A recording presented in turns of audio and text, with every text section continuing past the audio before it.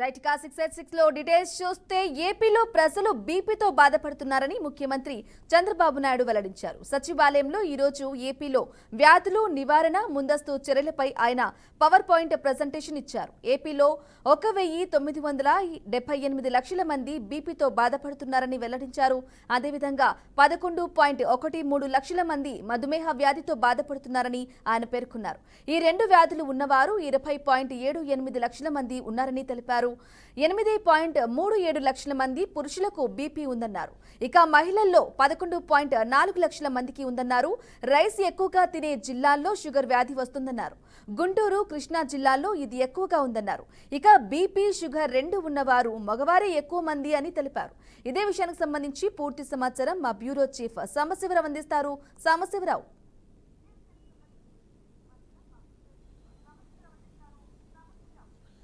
బ్రాహ్మణి ముఖ్యంగా చూసుకోవచ్చు. ఈ రోజు ఏపీ సీఎం చంద్రబాబు ఒక పవర్ ప్రజెంటేషన్ కూడా ఇవ్వడం జరిగింది. అది హెల్త్ కు సంబంధించి అధికారులతో ఒక పవర్ ప్రజెంటేషన్ ఇచ్చారు. ప్రస్తుతం రాష్ట్రంలో ఉన్నటువంటి పరిస్థితులు, ఆరోగ్యరీత్యా రాష్ట్రంలో ఎటువంటి పరిస్థితులు ఉన్నాయనేది కూడా పవర్ ప్రజెంటేషన్ లో చంద్రబాబు స్పష్టంగా తెలియజేశారు. అంటే ప్రస్తుతం ఉన్నటువంటి ఏ విధమైనటువంటి ఆరోగ్య సమస్యలు ఎక్కువగా ప్రజలకు వస్తా ఉన్నాయి, దీని మీద తీసుకోవాల్సినటువంటి జాగ్రత్తలు ఏంటనే దానిపై కూడా చంద్రబాబు సూచించడం జరిగింది. అయితే ముఖ్యంగా ఈ యొక్క చంద్రబాబు మాట్లాడినటువంటి మాటల్లో ప్రధానంగా కూడా పవర్ ప్రజెంటేషన్ లో ఎక్కువగా రాష్ట్రంలో బీపీ వ్యాధితో ఎక్కువ మంది కూడా బాధపడుతున్నారని చెప్పేసి చంద్రబాబు చెప్పడం జరిగింది. దీంట్లో సుమారుగా ఒక 10 లక్షల మంది మొత్తం బీపీ వ్యాధితో బాధపడుతుంటే మరొక 10 లక్షల మంది మధుమేహం వ్యాధితో కూడా తీవ్ర ఇబ్బందులు ఎదుర్కొంటున్నారని చెప్పడం జరిగింది. అయితే ఈ బీపీ వ్యాధి అదేవిధంగా మధుమేహం వ్యాధితోటే ఎక్కువగా రాష్ట్రంలో ఇబ్బందులు పడుతున్నటువంటి పరిస్థితి. ఎందుకంటే సరైన టయానికి సమయానికి భోజనం చేయకపోవడం, అదేవిధంగా ఆరోగ్య పట్ల, ఎందుకంటే ప్రస్తుతం ఉన్నటువంటి ఈ బిజీ షెడ్యూల్లో ఆరోగ్య పట్ల కొంచెం జాగ్రత్త తీసుకోకపోవడం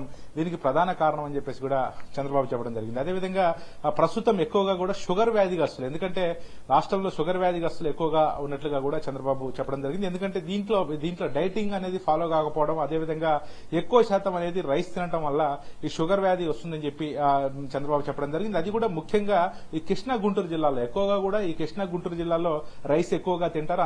అందుకు ఈ కృష్ణా గుంటూరు జిల్లాలో ఉన్నటువంటి వ్యక్తులకే ఎక్కువగా కూడా ఈ షుగర్ వ్యాధి ఉన్నట్లుగా చెప్పడం జరిగింది. అదేవిధంగా ఈ బీపీకి సంబంధించి, ఈ షుగర్ వ్యాధికి సంబంధించి దీంట్లో ఆడవారి కంటే కూడా మగవారే ఎక్కువగా ఉండటం విశేషం అని చెప్పేసి కూడా చంద్రబాబు చెప్పడం జరిగింది. ఎందుకంటే కృష్ణా గుంటూరు జిల్లాలో ఎక్కువగా రైస్ వాడడం, అదేవిధంగా ఇటు రాయలసీమ, ఇటు వచ్చేసి ఉత్తరాంధ్ర, అటు కోస్తాలకు వచ్చేసరికి అక్కడ డైటింగ్ అనేది ఎక్కువ ఫాలో అవుతారు. దానికి తోడుగా ఇటు రాయలసీమలో అక్కడ ఎక్కువగా కూడా ఆ ఫుడ్ డైటింగ్ అనేది కూడా ఫుడ్ ఎక్కువగా మంచిగా తీసుకుంటారని చెప్పేసి కూడా చంద్రబాబు చెప్పడం జరిగింది. ఎందుకంటే ఆరోగ్యం పట్ల ప్రతి ఒక్కరు శ్రద్ధ తీసుకోవాల్సిన అవసరం ఉంది. ఎందుకంటే బీపీ, ఇట్లు షుగర్ వ్యాధులు ఎక్కువగా వస్తున్నటువంటి తరుణంలో ప్రజలు తీవ్ర ఇబ్బందులు ఎదుర్కోవాల్సిన పరిస్థితి వస్తుంది. ఎందుకంటే ఈ బీపీ, షుగర్ వ్యాధి అనేది చాలా డేంజర్ కి సంబంధించినటువంటి అంశం. ఎందుకంటే ఎక్కువగా ఈ బీపీ ఉన్న, షుగర్ ఉన్నా కూడా ఆరోగ్యం పట్ల తీవ్ర ఇబ్బందులు ఎదుర్కోవడమే కాకుండా సమయానికి భోజనం చేయడం, అదేవిధంగా ఈ తీవ్ర ఇబ్బందులు ఎదుర్కోవడం, ఇటువంటి అంశాలన్నీ ఉంటాయి. కాబట్టి దీనిపై అధికారులు కూడా దృష్టి పెట్టాల్సిన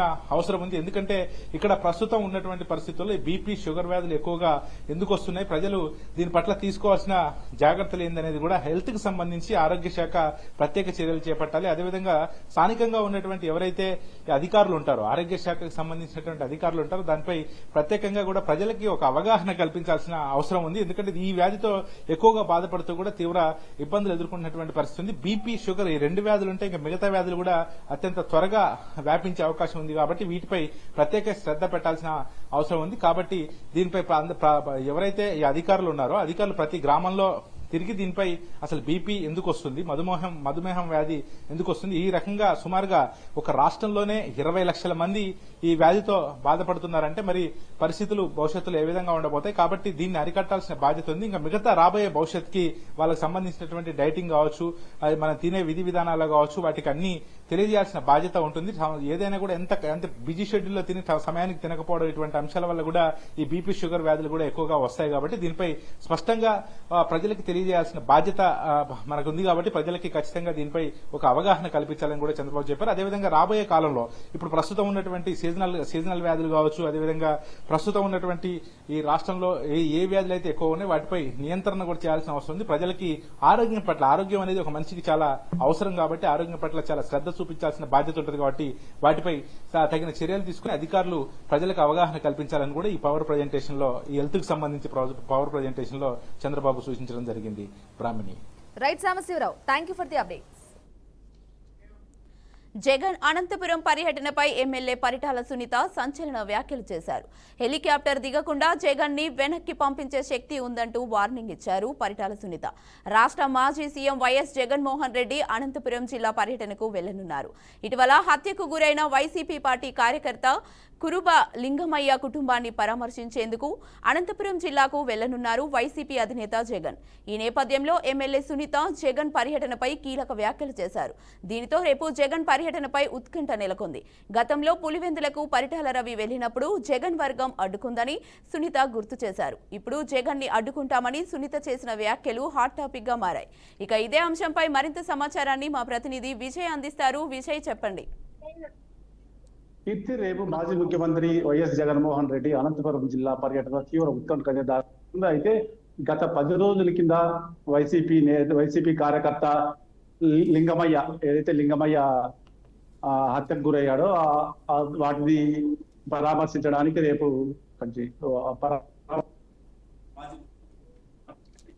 రామగిరి మండలం పాపిరెడ్డిపల్లి గ్రామానికి అయితే విచ్చేస్తున్నారు. అయితే దీంతో ఒక్కసారిగా ఏదైతే రామగిరి మండలం ఎమ్మెల్యే పరిటాల సునీత జగన్ పర్యటనపై తీవ్ర కీలక వ్యాఖ్యలు అయితే చేశాడు. అయితే జగన్ ని హెలికాప్టర్ దిగకుండా ఆపే శక్తి తమకుందని చెప్పి తీవ్ర వ్యాఖ్యలు అయితే చేయడం జరిగింది. అయితే జగన్ గతంలో పరిటాల రవి ఏదైతే పులివెందులకు వెళ్ళినప్పుడు జగన్ అడ్డుపడ్డాడని చెప్పి పరిటాల సునీత గుర్తు చేశారు. అయితే ఈ పరిటాల సునీత వ్యాఖ్యలపై తీవ్ర ఉత్కంఠ అయితే రేపుతుంది. అయితే జగన్ పర్యటన రేపు సాఫీగా సాగుతుందా లేదా అనేది అయితే ప్రశ్నార్థకంగా మారింది. అయితే అదే తరుణంలో ఏదైతే తోపుదుర్తి ప్రకాష్ రెడ్డి బాధితులను కూడా జగన్ పరామర్శించాలి. తోపుదుర్తి ప్రకాష్ రెడ్డి బాధితులను పరామర్శించిన తర్వాతే లింగమయ్య కుటుంబాన్ని పరామర్శించాలంటూ పరిటాల సునీత ఒక ప్రెస్ మీట్ పెట్టి అయితే వ్యాఖ్యలు అయితే చేయడం జరిగింది. అయితే ముఖ్యంగా రేపటి రోజున జగన్మోహన్ రెడ్డి పర్యటనను అయితే పోలీసులు కూడా ఎలా తీసుకుంటారు అనేది అయితే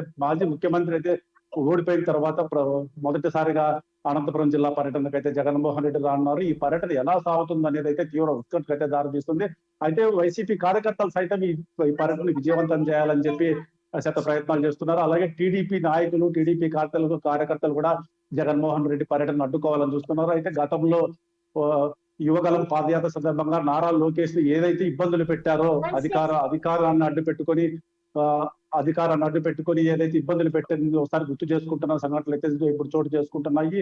ఆ రోజు పాదయాత్ర జరపకుండా అడ్డుపడిన జగన్ కి ఈ రోజు అనంతపురం జిల్లాలో రానివ్వకుండా చేస్తామని చెప్పి పరిటాల సునీత సంచలన వ్యాఖ్యలు చేశారు. ఈ వ్యాఖ్యలతో ఒక్కసారిగా అనంతపురం జిల్లాలో కాదు రాష్ట్ర వ్యాప్తంగా కూడా ఈ అంశంపై తీవ్ర చర్చాంశంగా మారింది. అయితే ముఖ్యంగా రేపు 10 గంటలకి అయితే ఏదైతే పరిటాల రవి సొంత నియోజకవర్గమైన రామగిరి మండలంలో కుంటిమద్ది ఏదైతే పరిటాల కుటుంబానికి పూర్తి అండదండలుగా ఉండే కుంటిమద్ది గ్రామంలోనే రేపు హెలిప్యాడ్ ఏర్పాటు చేయడం జరిగింది. ఆ హెలిప్యాడ్ అక్కడ దిగిన తర్వాత పాపిరెడ్డిపల్లికి కాన్వాయ్ ద్వారా వెళ్ళడం జరిగింది. అంటే ఈ కాన్వాయ్ని కూడా ఒకవేళ హెలికాప్టర్ దిగినా కానీ కాన్వాయ్ని అడ్డుకుంటారు అనే ఊహాగానాలు అయితే మొదలయ్యాయి. ఇదైతే పోలీసు యంత్రాంగానికి కూడా ఇది గట్టి సవాల్గా అయితే మారింది. మరి రేపటి రోజున ఎలాంటి పరిణామాలు చేసుకుంటాయి అయితే రాయలసీమలో ఇప్పటి వరకు ఫ్యాక్షన్ అంటే పూర్తిగా తగ్గిపోయింది. ఇలాంటిది మరొకసారి ఈ చర్చ ఏమన్నా రాజుకుంటుందా అనేది ఒక చర్చనీయాంశంగా మారింది. ఏదైనా పోలీసులకు కానీ ఇటు తెలుగుదేశం పార్టీ కార్యకర్తలకి అలాగే వైసీపీ నాయకులు కూడా ఈ జగన్ పర్యటన సవాలుగా తీసుకుంటున్నట్లయితే తెలుస్తోంది. కీర్తి.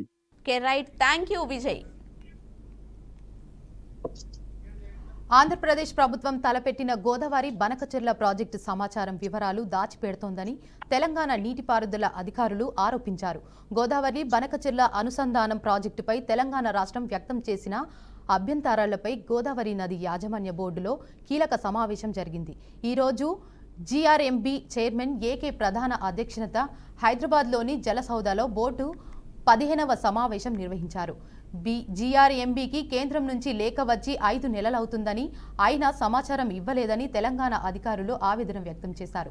అనుమతులు లేకుండా ప్రాజెక్టు చేపడుతున్నారని మరోసారి తెలంగాణ అధికారులు అభ్యంతరం వ్యక్తం చేశారు. ప్రాజెక్టు పూర్తి వివరాలు, దీనివల్ల తెలంగాణపై ప్రభావం లాంటి తదితర అంశాల వివరాలు ఏపీ సర్కార్ అందించాలని అధికారులు బోర్డును కోరారు. దీనిపై స్పందించిన ఏపీ అధికారులు బనకచెర్ల ప్రాజెక్టుకు ఇంకా డీపీఆర్ తయారు చేయలేదని వివరణ ఇచ్చారు. మరోవైపు రాష్ట్రాలను అనుమతి తీసుకోకుండానే బోర్డు సమావేశాలు నిర్వహిస్తున్నారని తెలంగాణ అధికారులు ఆరోపించారు. ఇక దీనిపై మరింత సమాచారాన్ని మా ప్రతినిధి శ్రీనివాస్ అందిస్తారు. శ్రీనివాస్, రెండు తెలుగు రాష్ట్రాల్లో గతంలో జల వివాదం నెలకొన్న పరిస్థితి, నాగార్జున సాగరే కావచ్చు, మరికొన్ని ప్రాజెక్టులు, గోదావరి మీద కట్టేటటువంటి ప్రాజెక్టులు కావచ్చు, ఈ ప్రాజెక్టులకు సంబంధించి ఆ కేంద్ర జలవనరుల శాఖకు సంబంధించినటువంటి సమాచారం ఇవ్వాల్సి ఉన్నది. ఇప్పటికీ ఆంధ్రప్రదేశ్ నిర్మిస్తున్నటువంటి అనేక ప్రాజెక్టులు గోదావరి మీద దానికి నిర్మాణంలో ఉన్నప్పుడు క్రమంలోని దానికి సంబంధించిన తెలంగాణ ప్రభుత్వం కూడా ఒక అప్లికేషన్ కూడా చేయడం జరిగింది, ఫిర్యాదు కూడా చేసింది. ఏదైతే తెలంగాణ సంబంధించినటువంటి సరిహద్దులో కావచ్చు, ఆంధ్రప్రదేశ్ ఉన్నటువంటి బార్డర్ లో ఉన్నటువంటి నదులు నిర్మించడం వల్ల ఇక్కడ అనేక ప్రాంతాలకు సంబంధించిన దిగువ ప్రాంతాలకు కొంత ఇబ్బందికరమైన పరిస్థితి ఏర్పడుతుందనేది గతంలో కూడా తెలంగాణ ప్రభుత్వం చెప్తూ వచ్చింది. అదే విషయానికి సంబంధించి పునర్పరిశీలించాలని కూడా కేంద్ర జలవనరుల శాఖకు కూడా తెలంగాణ ప్రభుత్వము, నీటి వనరుల శాఖ అప్లికేషన్ కూడా పెట్టుకుంది. దీని మీద సమాచారం కూడా జరిగింది. అయితే ప్రధానంగా చూసుకున్నట్లయితే కేంద్ర జలవనరుల శాఖ ఆధ్వర్యంలో జరగాల్సినటువంటి మీటింగ్స్ జరగకుండా కేవలం సొంత ప్రాతిపదికనే జరుపుకుంటున్నారు ఇలాంటి సమావేశాలు. కానీ ఏదైతే రూట్ మ్యాప్ లేకుండా కానీ ఏదైతే సంబంధించినటువంటి నదీ జలాలకు సంబంధించినటువంటి వాటాకు సంబంధించిన పంపిణీలో భాగంగా ఉన్నటువంటి కొన్ని షరతులకు అనుగుణంగానే ప్రాజెక్టు కట్టాల్సి వస్తుంది. తెలంగాణలో ఉన్న ప్రాజెక్టులు అయితేనేమి, ఆంధ్రాలో ఉన్న ప్రాజెక్టులు అయితేనేమి, రెండు రాష్ట్రాల్లో అనుసంధానం చేస్తున్నటువంటి కేంద్ర జలవనరుల శాఖ ఇవ్వాల్సినటువంటి గైడ్స్ తోటి కానీ అక్కడ ఉన్నటువంటి రూట్ మ్యాప్, ఈ కెనాల్ సంబంధించినటువంటి టోటల్ రూట్ మ్యాప్ ని నిర్ణయించిన తర్వాతనే సంబంధించినటువంటి అధికారులకు కానీ సంబంధించినటువంటి రాష్ట్ర కేంద్ర ప్రభుత్వాలకు ఇవ్వాల్సిన నివేదికను ఇవ్వకుండానే కెనాల్స్ సంబంధించినటువంటి రూట్ కెనాల్స్ ని వర్క్ చేస్తున్నారనేది తెలంగాణ ప్రభుత్వం గతంలో కూడా ఫిర్యాదు చేయడం జరిగింది. ప్రధానంగా చూసుకున్నట్లయితే కేంద్ర జలవనరుల శాఖలో ఇప్పటి వరకు 17 సార్లు కేంద్ర జలవనరుల శాఖకు సంబంధించినటువంటి ఒక మీటింగ్లు కూడా జరిగినాయి. దీనికి సంబంధించి నోటీసులు కూడా జారీ చేయడం జరిగింది. ఆంధ్రప్రదేశ్ కు సంబంధించి చూసినట్లయితే కేంద్ర జలవనరుల శాఖ ఇప్పటికీ నోటీసులు వచ్చి కూడా 5 మాసాలు గడువు పూర్తయినటువంటి పరిస్థితి అయినా కూడా కేంద్రకు సంబంధించినటువంటి ఇచ్చిన లేఖలను ఇప్పటికీ కూడా పట్టించుకోకుండా బేఖాదరు చేస్తుంది. ఇక్కడ ఉన్నటువంటి తెలుగు రాష్ట్రాల సరిహద్దుల్లో ఉన్నటువంటి ఆంధ్రప్రదేశ్ లో నిర్మిస్తున్నటువంటి సంబంధించినటువంటి ప్రాజెక్టు రిపోర్ట్ ఇవ్వకుండా చేస్తుంది అనేది ఇక్కడ ప్రధాన అంశం. అదే ప్రధానంగా చూసుకున్నట్లయితే ఈ రెండు ప్రాంతాలు కాదు, ప్రధాన అంశాల మీద కూడా జలవనరుల శాఖ ఇచ్చినటువంటి గైడ్స్ లోని చేయాల్సినటువంటి ప్రాజెక్ట్ నిర్మాణాలు చేస్తలేదు. దీనికి సంబంధించినటువంటి ఏదైతే నిర్మాణాలు చేపట్టాల్సినటువంటి విషయంలో కూడా దానికి సంబంధించినటువంటి నిర్మాణ పనులు అయితే ఇరిగేషన్ శాఖ రెండు రాష్ట్రాలకు సంబంధించిన సమన్వయం చేస్తూ ఒక రూట్ మ్యాప్ ని కూడా నిర్మించాల్సి ఉంటుంది. దానికి సంబంధించినటువంటి కమిటీ ఉంటుంది. ఆ కమిటీలకు ఇవ్వాల్సినటువంటి విషయాలను కూడా ఇప్పటికీ ఆ కమిటీకి ఎలాంటి బేఖాదరు చేయకుండా సొంత నిర్ణయాలు తీసుకుంటున్న ఆంధ్రప్రదేశ్ ప్రభుత్వంపై ఒక్కసారిగాను కేంద్ర జలవనరుల శాఖ కూడా విరుచుకుపడేటువంటి పరిస్థితి. ఇదే విషయాన్ని కూడా తెలంగాణ ప్రభుత్వం పదే చెప్తూ వస్తుంది. కేంద్ర జలవనరుల శాఖ ఇవ్వాల్సినటువంటి గైడ్స్ లో పనిచేస్తున్నటువంటి కేంద్ర నియమ నిబంధనలు పాటించకుండా తెలంగాణకు ఇబ్బందికరమైన పరిస్థితి ప్రాజెక్టులు కడుతున్నారు. గోదావరి జలం మీద ఉన్నటువంటి ప్రాజెక్టుల మీద ఒక క్లారిటీ ఇవ్వాలనేది కూడా కేంద్రానికి తెలంగాణ ప్రభుత్వం కూడా ఒక పిటిషన్ కూడా దాఖలు చేసింది. దీని మీద విచారణ కూడా చేపట్టాలనేది మరీ చెప్పుకుంటూ వచ్చింది. రెండు రాష్ట్రాలకు సంబంధించిన జల వివాదానికి సమన్వయం చేస్తూ కేంద్ర జలవనరుల శాఖ కూడా ఇక్కడ కమిటీని కూడా వేసింది. ఈ కమిటీ కూడా నియమ నిబంధనల ప్రకారం చేయాలనేది కూడా ఒక 5 నెలల క్రితం నోటీసులు కూడా జారీ చేయడం జరిగింది. ఈ నోటీసులు బేఖాతరు చేసినటువంటి ఆంధ్రప్రదేశ్ ప్రభుత్వానికి కూడా ఒకసారి జలవనరుల శాఖ ఒక నోటీసు ఇవ్వడంతో కాకుండా మందలింపు కూడా చేయడం జరిగింది. ఇలాంటి విషయాలు పునరావృతం కాకుండా చూసుకొని కేంద్ర జలవనరుల శాఖ ఆధ్వర్యంలో ప్రాజెక్టులు కంప్లీట్ చేసుకొని ఆ ప్రాంతం యొక్క ప్రజలు కానీ ఆ ప్రాంతం యొక్క తాగునీరు కొరకు చేయాలనేది తెలంగాణ ప్రభుత్వం డిమాండ్ చేసింది అనేది ప్రధాన అంశం. ఈ రెండు అంశాల మీదనే జరిగినటువంటి విషయాలు రెండు రాష్ట్రాలు కాకుండా దేశ జలవనరుల శాఖ వస్తున్నటువంటి అనేక సాంకేతిక లోపాలే కావచ్చు, అనేక విషయాల మీద సమన్వయం చేయాలనేది కూడా ఇప్పటికీ పలు రాష్ట్రాలకు కూడా కేంద్ర జలవనరుల శాఖ నోటీసు కూడా జారీ చేసింది. ఇది తెలుగు రాష్ట్రాల్లో జరుగుతున్నటువంటి రెండు రాష్ట్రాల సరిహద్దులు జరుగుతున్న ప్రాజెక్టు సంబంధించిన విషయాలలో కేంద్ర జలవనరుల శాఖ ఇచ్చినటువంటి తాజా నోటీసును కూడా బేఖాదరు చేసినటువంటి ఆంధ్రప్రదేశ్ ప్రభుత్వానికి కూడా ఒక సారిగాను హెచ్చరికలు కూడా జారీ చేసింది. ఇది విషయం. Right, thank you Srinivas. Right, ఇక మిగిలిన అప్డేట్ చూద్దాం. తెలంగాణ ముఖ్యమంత్రి రేవంత్ రెడ్డి రేపు గుజరాత్ లోని అహ్మదాబాద్ కు వెళ్లనున్నారు. అక్కడ 2 రోజుల పాటు జరగనున్న ఏఐసిసి సమావేశాల్లో ఆయన పాల్గొననున్నారు. ఈ సమావేశాలు కాంగ్రెస్ పార్టీకి భవిష్యత్తులో తీసుకోవాల్సిన కీలక నిర్ణయాల దిశగా సాగనున్నాయి. సీఎం రేవంత్ ఈ చర్చల్లో తెలంగాణ రాజకీయ పరిస్థితులను ప్రతిబింబిస్తూ తన అభిప్రాయాలను వెల్లడించనున్నారు. ఇదే విషయానికి సంబంధించి పూర్తి సమాచారం మా ప్రతినిధి భాస్కర్ అందిస్తారు. భాస్కర్, ఎస్ బ్రాహ్మణి ఏదో తెలంగాణ సీఎం రేవంత్ రెడ్డి రేపు అహ్మదాబాద్ వెళ్ళున్నారు. ఈ నేపథ్యంలో ఎందుకంటే సుమారుగా 64 ఏళ్ల తర్వాత ఆమె గుజరాత్ రాష్ట్రంలో అహ్మదాబాద్లో ఏఐసీసీ సమావేశాలు జరుగున్నాయి. దీనికి కీలకంగా ఏఐసీ అగ్రనేత రాహుల్ గాంధీ, సోనియా గాంధీతో పాటు ఖర్గే కూడా వెళ్లే అవకాశం ఉంది. ప్రధానంగా ఇక్కడ ఉన్నటువంటి సుమారుగా 64 ఏళ్ల పాటు జరిగినటువంటి ఏఐసీ అగ్ర సమావేశాలకు సంబంధించి రానున్న రోజులలో ఏదైతే ఉందో తెలంగాణ రాష్ట్రంతో పాటు మిత్ర రాష్ట్రాలు కూడా కాంగ్రెస్ ఫోకస్ చేస్తుంది. ఏదో కాంగ్రెస్ ప్రభుత్వమే లక్ష్యంగా ముందుకెళ్తున్నటువంటి పార్టీని బలోపేతం చేసే విధంగా రాష్ట్ర ప్రభుత్వం అన్ని రాష్ట్రాలతో పాటు కీలకంగా సమావేశం జరిగే అవకాశం ఉంది. అంటే దీంట్లో ఏఐసీసీ అగ్రనేతలంతా కూడా ఈ సమావేశం ఏర్పాటు చేశారు. ఈ సమావేశంలో కీలక నిర్ణయాలు తీసుకునే అవకాశం ఉంది. ఎందుకంటే రానున్న రోజులలో మరొక 3-4 ఏళ్ల పాటు బీజేపీకి ప్రభుత్వానికి అవకాశం ఉంది. రానున్నటువంటి రోజుల్లో దేశవ్యాప్తంగా ఉన్నటువంటి రాష్ట్రంతో పాటు అన్ని రాష్ట్రాలు కూడా తెలంగాణ రాష్ట్రంతో పాటు మిగతా రాష్ట్రాలు కూడా కాంగ్రెస్ ప్రభుత్వం బాగా వేయడం కోసం ఇలా కేంద్ర ప్రభుత్వం కాంగ్రెస్ పార్టీతో బాగా ఇచ్చిన పరిస్థితి. దానిలో భాగంగా రేపు జరగబోయేటువంటి సమావేశాల్లో కీలకంగా నిర్ణయం తీసుకునే అవకాశం ఉంది. ఎందుకంటే కాంగ్రెస్ పార్టీలో తీసుకొచ్చినటువంటి అంశాలు కావచ్చు, ప్రధానంగా తెలంగాణ రాష్ట్రంలో అమలవుతున్న సంక్షేమ పథకాలు కావచ్చు, ఇతర రాష్ట్రాలకు అమలవుతున్న సంక్షేమ పథకాలు పూర్తిగా ఏదైతుందో అన్ని రాష్ట్రాలకు అమలు చేసే విధంగా ప్రభుత్వం దీనిపై ఫోకస్ చేసిన పరిస్థితి. ఎందుకంటే ఆ దేశంలో చూస్తున్నాం ఏదైతే తెలంగాణ రాష్ట్రంలో పాటు అన్ని సంక్షేమ పథకాలు ఇతర రాష్ట్రాలు అమలయ్యే విధంగా కాంగ్రెస్ పార్టీ సీరియస్గా ఫోకస్ చేసిన పరిస్థితి.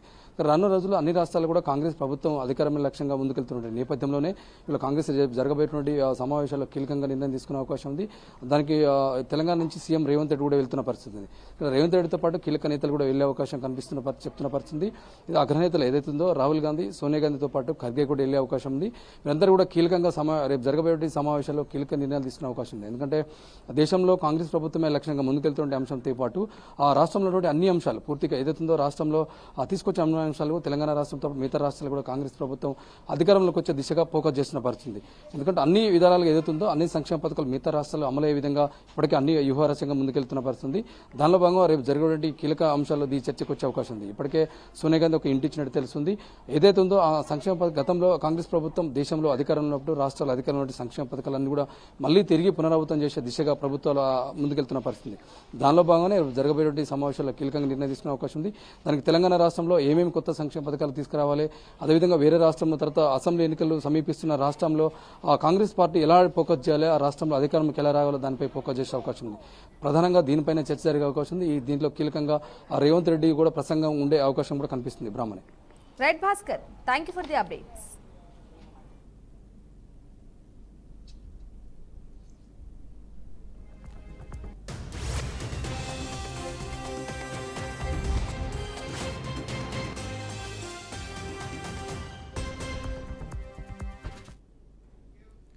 తెలంగాణలో హెచ్సియు భూముల వివాదంపై ప్రభుత్వం కీలక నిర్ణయం తీసుకుంది. విద్యార్థులపై కేసులు ఎత్తివేయాలంటూ డిప్యూటీ సీఎం బట్టి విక్రమార్క డీజీపీని ఆదేశించారు. ప్రజా సంఘాల కోరిక మేరకు సర్కార్ ఈ నిర్ణయం తీసుకున్నట్లు సమాచారం.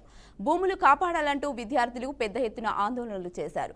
కాగా ఈ వివాదంపై రెండోసారి ప్రత్యేక కమిటీ సమావేశమైంది. ఈ అంశంపై హైకోర్టులో కేసు కొనసాగుతుంది. ఇవాళ దీనిపై విచారించిన ధర్మాసనం ప్రతివాదులకు కౌంటర్ దాఖలు చేయాలని సూచించింది. విచారణ 24కు వాయిదా వేసింది.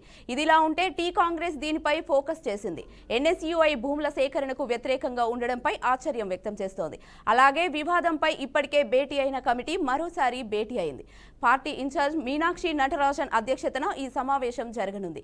ఇక ఇదే అంశంపై మరింత సమాచారాన్ని మా ప్రతినిధి రామకృష్ణ అందిస్తారు. రామకృష్ణ, చెప్పండి. తెలంగాణలో హెచ్సియు భూముల వివాదం ప్రకంపనలు కూడా సృష్టిందని కూడా చెప్పవచ్చు. అయితే ఈ అంశంపై కూడా ఈ రోజు హైకోర్టు కేసు కొనసాగింది. అయితే ఇవాళ దీనిపై కూడా విచారించే ధర్మాసనం కూడా ప్రతివాదులను కూడా కౌంటర్ దాఖలు కూడా చేయాలని చెప్పేసి సూచించింది. అయితే ఈ విచారణ కూడా చూసుకుంటే అయితే 24 కూడా వాయిదా పడినట్టు కూడా మనకు తెలుస్తుంది. అయితే ఈ రోజు కూడా చూసుకుంటే అయితే ఎన్ఎస్యుఐ భూముల సేకరణకు వ్యతిరేకంగా కూడా ఉండడంపై కూడా ఇటు ఆశ్చర్యం కూడా వ్యక్తం చేసింది. అలాగే వివాదంపై కూడా ఇప్పటికే భేటీ అయిన కమిటీ మరోసారి కూడా భేటీ అవ్వాలని కూడా సూచిస్తుంది. అయితే పార్టీ ఇన్ఛార్జ్ ఈ రోజు మీనాక్షి నటరాజన్ అధ్యక్షన కూడా ఈ రోజు కూడా సమావేశం అవటం జరిగింది. అయితే ఈ హెచ్సియు భూముల వివాదంపై కూడా ఈ రోజు హైకోర్టు కూడా ఒక ప్రకటన కూడా చేసి వచ్చింది. అయితే ఒక వాయిదా కూడా 24వ తారీఖు కూడా ఈ వాయిదా కూడా పట్టడం జరిగింది. అయితే హైదరాబాద్ సెంట్రల్ యూనివర్సిటీ విద్యార్థులపై కూడా ఈ కేసు నమోదైన కేసును కూడా వెంటనే ఉపసంహరించుకోవాలని చెప్పేసి ఈ రోజు డిప్యూటీ సీఎం బట్టి విక్రమార్క కూడా తన ఛాంబర్ లో కూడా ముఖ్య సమావేశం కూడా ఏర్పాటు చేయడం జరిగింది. దీంట్లో ఇటు పొంగిడి శ్రీనివాస్ రెడ్డి అంతేకాకుండా శ్రీధర్ బాబు ఒక కమిటీని కూడా ఏర్పాటు చేసినట్టు కూడా తెలుస్తుంది. అయితే ఈ డాక్టర్ బిఆర్ అంబేద్కర్ సచివాలయంలో కూడా ఈ కమిటీ అంటే హెచ్సియు టీచర్స్ అసోసియేషన్ ఇంకా సివిల్ సొసైటీ గ్రూపులతో సబ్ కమిటీలు కూడా సభ్యులైన ఇటు మంత్రులు కూడా 3 మంత్రులు కూడా ఒక కమిటీ కూడా ఏర్పాటు చేసిన పరిస్థితి అయితే నెలకొన్నది. అయితే జ్యుడిషియల్ రిమాండ్ లో ఉన్న 2 విద్యార్థులకు సంబంధించి కూడా కేసులు ఉపసంహరించే వెంటనే చర్యలు కూడా చేపట్టాలని చెప్పేసి కూడా సూచించారు. అంతేకాకుండా ఉపసంహరణ క్రమంలో ఎటువంటి న్యాయపరమైన సమస్యలు ఉత్సన్నం కాకుండా కూడా పోలీస్ అధికారులను కూడా తగు సూచనలు చేయాల్సింది న్యాయశాఖ అధికారులను కూడా ఆదేశించడం జరిగింది. ఎట్టకేలకు చూసుకుంటే అయితే ఈ హెచ్సియు భూముల వివాదం అయితే మళ్ళా కోర్టు 24వ తారీఖు కూడా వాయిదా వేసిన పరిస్థితి అయితే నెలకొన్నది. Brahmani. Okay, right, thank you Ramakrishna. చరిత్రలో కనీవిని ఎరుగని రీతిలో మార్కెట్లు పతనమవుతున్నాయి. ట్రంప్ మొదలుపెట్టిన టారిఫ్ వార్ గ్లోబల్ మార్కెట్లపై తీవ్ర ప్రభావం చూపుతుంది. America, China, Japan, European Union, ఇండియాతో పాటు ప్రపంచంలోని అన్ని మార్కెట్లు కుప్పకూలుతున్నాయి. ఇవాళ దేశీయ స్టాక్ మార్కెట్ల ఎర్లీ ట్రేడింగ్స్లో బ్లడ్ బాత్ కనిపిస్తోంది. సెన్సెక్స్ ఏకంగా 2500 పాయింట్లకు పైగా పతనమైంది. నిఫ్టీ 1000 పాయింట్లకు పైగా నష్టపోయింది.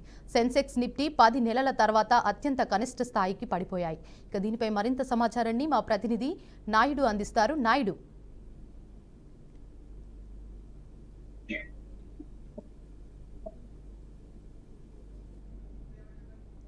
నాయుడు, మ్యూట్లో ఉన్నారు, అన్మ్యూట్ చేయండి.